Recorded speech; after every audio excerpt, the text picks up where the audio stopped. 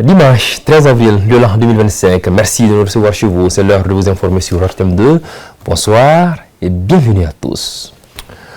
À la faveur de la journée mondiale de sensibilisation à l'autisme, la Maison de l'Espoir, le centre de réadaptation de prise en charge des troubles du langage et de communication, des troubles de la voix, des troubles de déglutition et du bégaiement, CISA Garanti-Bougou, a procédé à une conférence débat sous le thème sensibilisation sur les troubles du langage et de la communication. On en sait plus avec Mariam Koulibaly.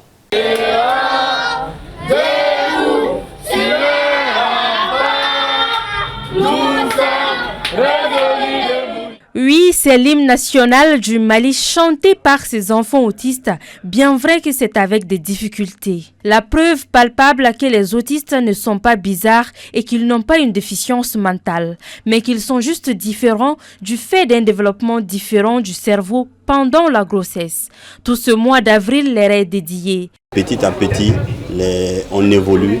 Petit à petit, beaucoup de personnes commencent à comprendre l'autisme, que ce n'est pas un truc mystique, que ce n'est pas un sort ou que l'enfant n'est pas un fou et que c'est un trouble neurodéveloppemental que l'enfant a qui altère ses interactions sociales, qui altère son langage, qui altère sa communication.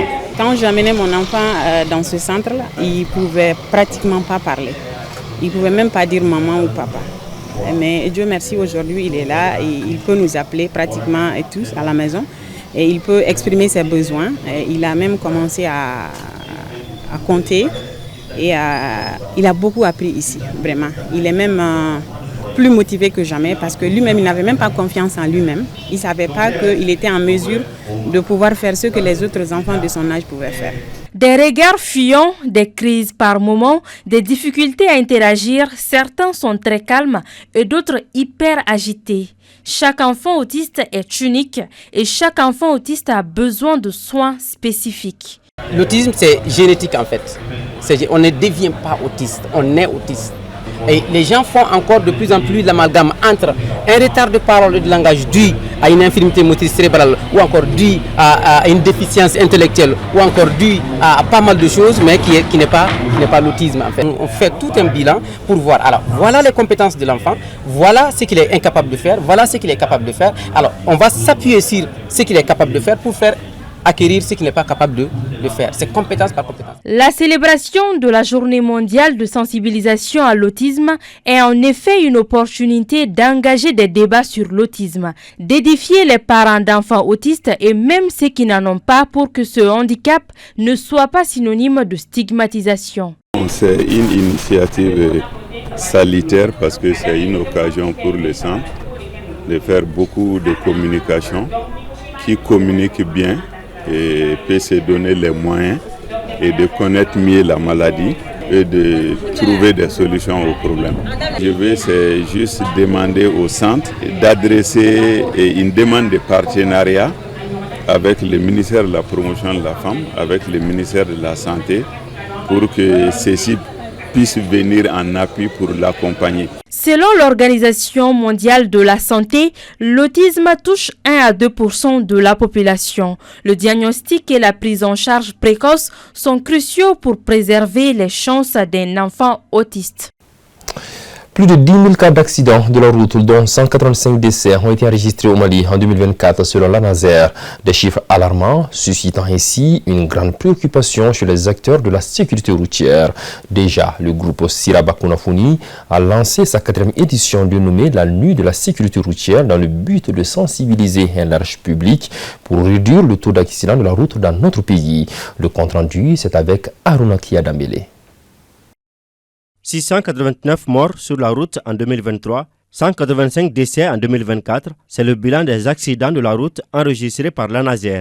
Voilà pourquoi le groupe Siraba Kounafouni s'engage dans une campagne de sensibilisation afin de réduire le taux d'accidents.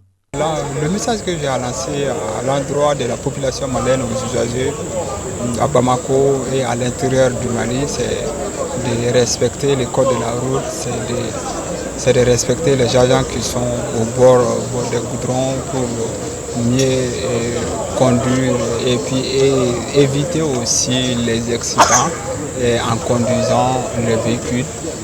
que ce soit les engins à 2 ou 3 ou même à 4 roues. La marraine de l'événement a surtout insisté sur un changement de comportement.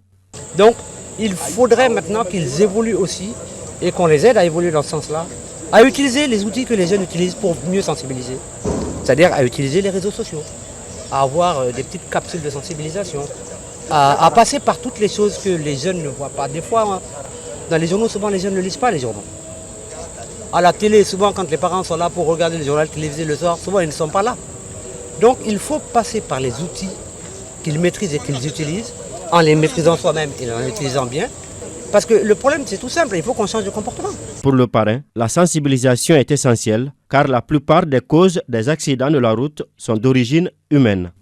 Alors c'est d'inviter les gens à plus de civisme, à respecter le code de la route et à être un peu plus indulgent par rapport aux usagers. S'agissant des engins à 2 roues impliqués dans de nombreux accidents de la route, le port du casque est indiqué pour sauver des vies, a souligné le directeur du groupe Siraba Kunafoni. On termine cette édition du 19h30 par ce dossier de la rédaction. On dit souvent que l'habit ne fait pas le moine. Pourtant, on reconnaît le moine à travers l'habit qu'il porte. Eh bien, c'est dire qu'il est important de soigner son image. Cependant, cela sera difficile sans l'implication de ces femmes et hommes, sans l'implication de ces hommes et femmes qui mettent leurs doigts au service de la population. Il s'agit des stylistes, designers, créateurs, tailleurs, j'en oublie volontiers. On est allé à leur rencontre afin de savoir ce avec quoi ils travaillent. C'est le dossier signé Fatou Diaby.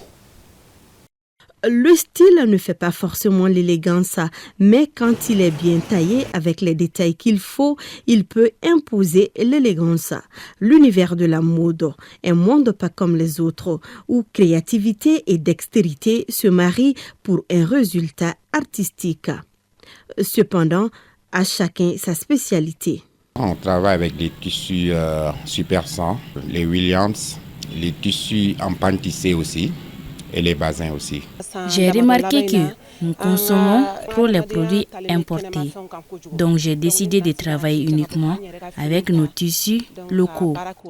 Si les tissus tendances et ceux de chez nous sont mis en avant chez Gay et Diarra, ce forestier reconverti en styliste prime le Bogola malien pour diverses raisons. Qui parle de Bogolan parle de la pédologie et la sylviculture. C'est quand tu as la chance d'avoir comme capital ta culture et ton fond de roulement, c'est ton artisanat. Et c'est bénéfique dans la mesure l'échange, le choc, les rencontres font des chocs et puis en même temps ce textile est mystique. Le Bogolan avec les pigments naturels, c'est une expression qui est à l'infini. Il faut que nous nous consommons nous-mêmes pour pouvoir que l'économie locale puisse tourner aussi. Pour cela, le choix des tissus jusqu'à la fin de la chaîne, notre créatrice consomme uniquement malien. Primo, c'est le coton malien. Secondo, du coton culture. Le tisserand jusqu'au tailleur, le commerçant, chacun bénéficie. Donc, au lieu d'aller chercher des tailleurs ailleurs, mieux vaut travailler avec ceux de chez nous. Du coup, économiquement, le pays gagne. Qui dit mode dit aussi accessoires. Pendant notre balade, on tombe sur cette jeune dame qui fait des merveilles avec nos produits locaux. Je dessine et confectionne moi-même mes modèles. Je travaille aussi avec d'autres personnes. Tout est fait avec les produits maliens. Le bogolan est beaucoup utilisé dans nos séries maliennes. C'est pourquoi j'ai voulu moderniser en faisant des accessoires, t-shirts et autres avec. Se souciant de l'économie du pays, chacun fait de son mieux pour que tout le monde trouve son compte. Les boucles d'oreilles sont à 1000 francs CFA, les attrape-cheveux vont de 500 à 2500 francs CFA. Il y en a pour toutes les bourses. Les prix varient de 2500 à 150 000 francs CFA. Les gens s'habillent chaque jour. Donc, pourquoi aller commander un peu partout et qu'il y a la main-d'œuvre ici en Afrique? On a des jeunes qui sont vraiment braves, qui savent faire le boulot. Donc on va leur donner confiance. Créateurs, stylistes et designers, chacun en sa façon contribue à faire booster l'économie nationale. Par ailleurs, la balle reste dans le camp des consommateurs pour que le consommé malien joue sa partition dans l'économie. Ceci met un point final à cette édition que j'ai eu l'immense plaisir de vous présenter. L'actualité sur RTM2, c'est demain à partir de la même heure, c'est-à-dire à 19h30, et ce sera toujours avec le même plaisir. Très bonne soirée à tous, paix et bénédiction d'Allah sur le Mali.